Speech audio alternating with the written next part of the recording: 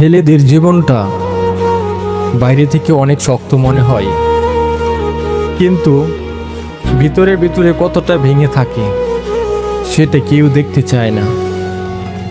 ছোটবেলা থেকেই শিখে নিতে হয়, কাঁদা যাবে না, দুর্বল হওয়া যাবে না, নিজের কষ্ট নিজের মধ্যেই চেপে রাখতে হয়।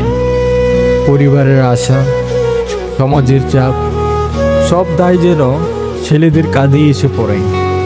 কারো কাছে বলতে পারে না, কারণ ছেলেরা নাকি সব সহ্য করার জন্যই জন্মায়।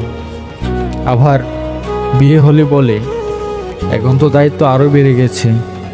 নিজের স্বপ্নগুলো তখন ধীরে ধীরে চুপ করে যায়, আর জীবনটা শুধু দায়িত্বেই হিসাব হয়ে দাঁড়ায়।